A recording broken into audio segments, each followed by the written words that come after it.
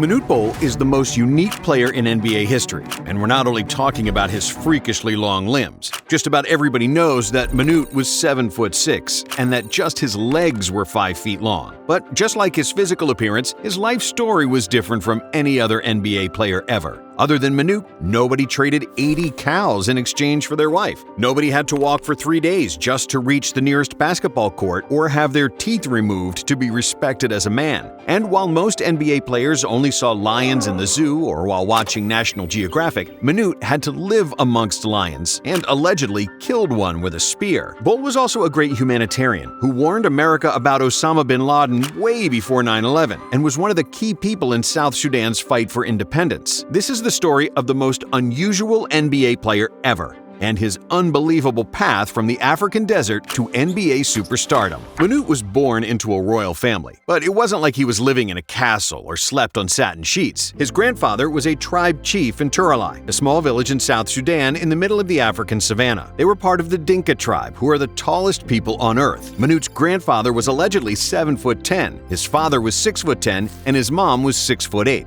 Bol's family lived in sheds filled with cockroaches, but they had plenty of cows, and cows were worshipped in their culture and served as the major currency. However, young Manute didn't want to be an illiterate cow herder like the rest of his village. So when his father asked him to participate in a manhood initiation ritual where they would remove his lower teeth and scar his head, Manute ran away from home. He loved his teeth and thought the ritual was stupid. All he wanted was to go to school. Bol ran away from home 2 times, walking for a few days to reach the nearest town with a school. But at the age of 14, after he heard that his mother had died, Manute felt terribly guilty and decided to come back. Bol finally agreed to do the manhood ritual, partly because he wanted to get closer to his father, and partly because he knew that Dinka girls wouldn't consider him as marriage material if he hadn't done it. This rite of passage was a huge deal in his tribe, and if he flinched or cried during the teeth removal or head scarring ritual, it would be considered a disgrace, and he could never find a wife. However, he would probably stay an illiterate cattle farmer all his life if someday in 1978 a local politician didn't visit Turalai, where he was amazed by Manute's height. They took a picture together where Manute ended up in the newspapers, and that changed everything. Bol's distant relative was a basketball player, and when he saw Manute's picture, he immediately wanted Manute to pursue a basketball career. But to get to the nearest basketball court in the city of Wau, Manute had to walk 50 miles. Between that hike and Manute not being too thrilled about basketball, it wasn't long before he went back to his home village. But his basketball-playing cousin didn't want to give up on him, so he sent another mutual relative on a mission to convince Manute to play. Joseph Victor Bol, a pilot with Sudan Airways, came to Turalai to talk to Manute, telling him that there is a basketball league in America called the NBA, and he could become rich and famous if he took basketball seriously. And when Manute heard that, the choice was easy. Disregarding his father's complaints, wealth and fame had more appeal than the family cows. So, in November of 1979, he started playing again. But to say that he was terrible would be an understatement. When he first got here, he couldn't do anything. He was weak and got pushed around. Even a small player could pass by him and score. Offensively, Bol could not control his feet.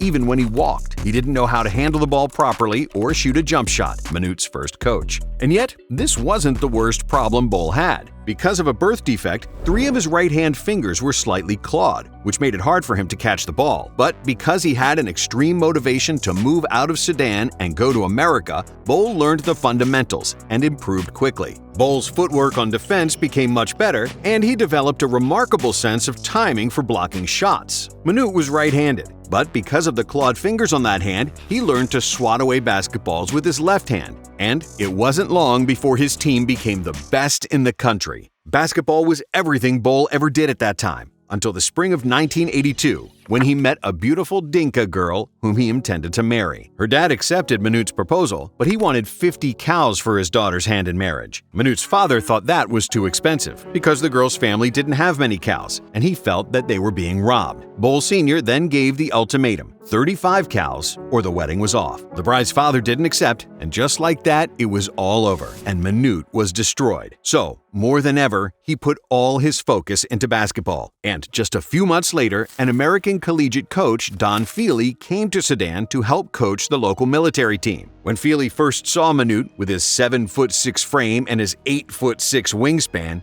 his jaw dropped to the floor. And then, when Bol dunked without jumping and could touch both sides of the backboard simultaneously, Feely knew that Bol was destined to play in the NBA. When Feely came back to the States, he kept raving about Manute to Kevin Mackey, the head coach at Cleveland State. Coach Mackey was very intrigued by Bol, and in 1983, he arranged for Manute to come to Cleveland. However, because Dinka people didn't have birth certificates, Manute's real age was a mystery. His passport only said his hometown and that he was 5'2". When they measured me, I was sitting down, Bol later explained. With the help from a local immigration office, Mackey basically invented a birthday for Bol, October 16, 1962. I wanted to make sure he was young enough to make him college eligible, because every athletic door is open at 19, and every athletic door is closed when you're 35, Mackey. But while Mackey and some other people speculated that Manute was over 30 when he came to America, he was probably only a few years older than his imaginary birthday, meaning that in 1983 he was about 25 years old. Unfortunately for Coach Mackey, Bol was completely illiterate, which meant he couldn't meet the academic requirements necessary for basketball eligibility. So they sent him to nearby Case Western University to learn English. Still, despite the shady information in his documents, the fact that he barely spoke English and that he weighed only 190 pounds at 7'6", Bol already had an NBA team ready to draft him. Through Don Feely's relationship with the Clippers head coach Jimmy Lyman, the Clippers found out about Bol and were ready to roll the dice on him, selecting him in the 5th round of the 1983 NBA draft with the 97th overall pick. The whole NBA was stunned because nobody had ever heard of Bol, but Manute never ended up playing for the Clippers. Because Bol had not stated his intention to enter the draft 45 days before it was held, the draft selection was voided.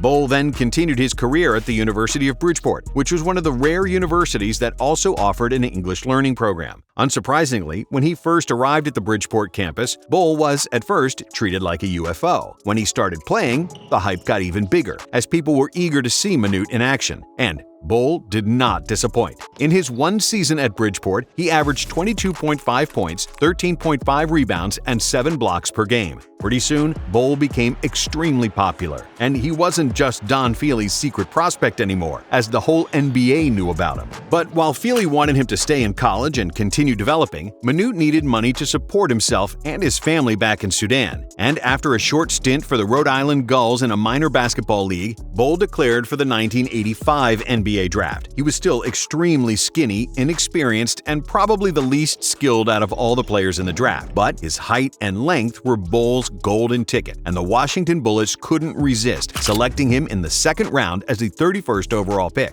As a rookie, Bol appeared in 80 games, completely sucking on offense and being an absolute menace on defense. Bol blocked 397 shots that season, which was, and still is, the 2nd highest total in NBA history. Manute was still super thin at 205 pounds, and he was easily pushed around.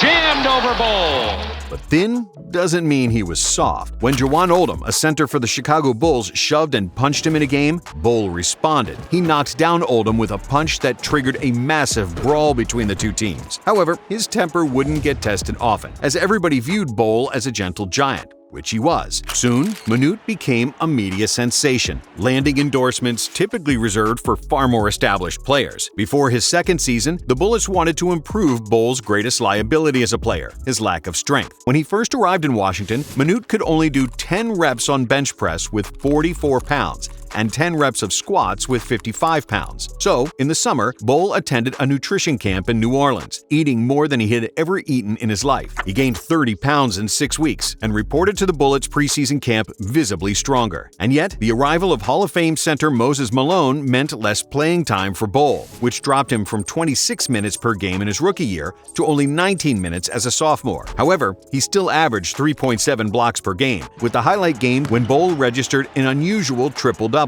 10 points, 19 rebounds, and an unbelievable 15 blocked shots. In his 3rd season, Manute played even less, and the only notable thing from that season is that he was the teammate of Muggsy Bogues, the shortest player in NBA history, with a 28-inch difference between them. At this point, the novelty of living in America wore off, and Manute was getting homesick. Due to the civil war in Sudan that started in 1983, the year he moved to America, Bol wasn't able to come home for years. He couldn't even attend his father's funeral. Slowly but surely, Manute was becoming extremely depressed, and one of the biggest reasons was that he couldn't find a Dinka wife in America and could never marry a woman that's not from his culture. But finally, in 1988, he found a Dinka woman he wanted to marry through a mutual friend, paying an 80-cow dowry for her hand. Later that summer, the Wizards traded him to the Warriors, where Manute started playing more minutes, again leading the league in blocks, with 4.3 rejections in just 22 minutes per game. And despite his blocking prowess, most players wanted to put Manute on a poster and dunk all over him, and Michael Jordan wasn't the exception. During a game in 1989, Jordan succeeded in his mission and dunked all over Manute and his 7'4" teammate Ralph Sampson. When Sampson asked Bol what happened, Manute answered with the phrase no American had heard before,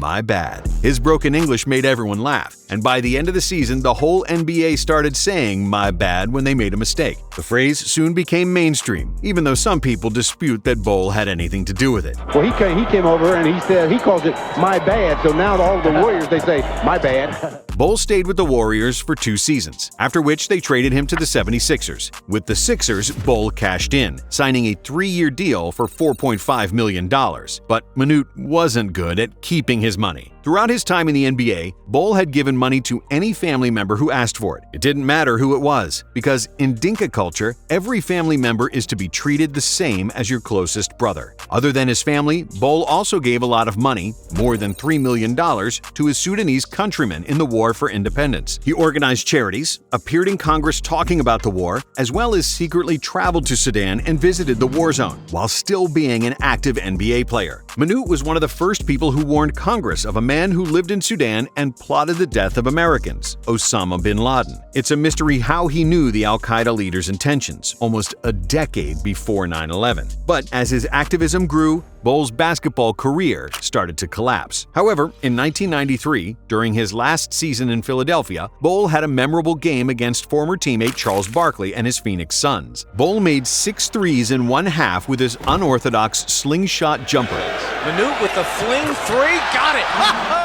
Which still stands as the Sixers' record for most threes in a half. Sadly, this crazy three-pointer game was one of the last Manute highlights in the NBA. After being surprisingly durable and missing only 54 games during his first 8 NBA seasons, Manute's body started to break down. In 1994 and 1995, he appeared in only 19 games, after which he retired from the NBA. Because Manute was also a guy who liked to party and buy drinks for everyone around him, and because he was also a gambler, Manute soon ran out of money. His wife even won $500,000 on slot machines in Atlantic City at one point, but they both soon squandered that money right back. In 1998, when he returned to Sudan, Manute had between $50,000 and $100,000 left. The northern government offered him a job as a minister of sport, and Manute initially accepted. But after they asked him to become a Muslim, he refused, and the government got extremely mad at him. So when America dropped bombs on Sudan, they accused him of being an American spy, and he had to live like an outlaw. 3 years after he arrived in Sudan as royalty, he returned to America as a refugee. When he got back to the U.S., Bol did everything he could to earn $1. He appeared on Celebrity Boxing, defeating the NFL defensive end William Refrigerator Perry. He even signed up for ice hockey, horse jockeying, and various other escapades to make money. Manute did manage to earn back some money that he had squandered over the years, and in 2005, when the war in Sudan was finally over, Manute returned home. Over the next 5 years, he put all his efforts into building a school in his native Turalai, as well as traveling across the whole country and promoting independence for South Sudan. However, this was extremely painful for Manute, who suffered from rheumatoid arthritis and couldn't walk without a cane due to injuries he suffered in a car crash a few years earlier. Still, even though he somehow had to be carried from town to town, Manute kept preaching to people that they needed to vote for independence. Unfortunately, in 2010, Bol got a rare skin disease that caused infections, and he died of kidney failure. Less than a year after his death, South Sudan declared independence, with 98% of people showing up at the polls. Manute Bol won the biggest fight of his life, becoming even bigger than his 7'6" body.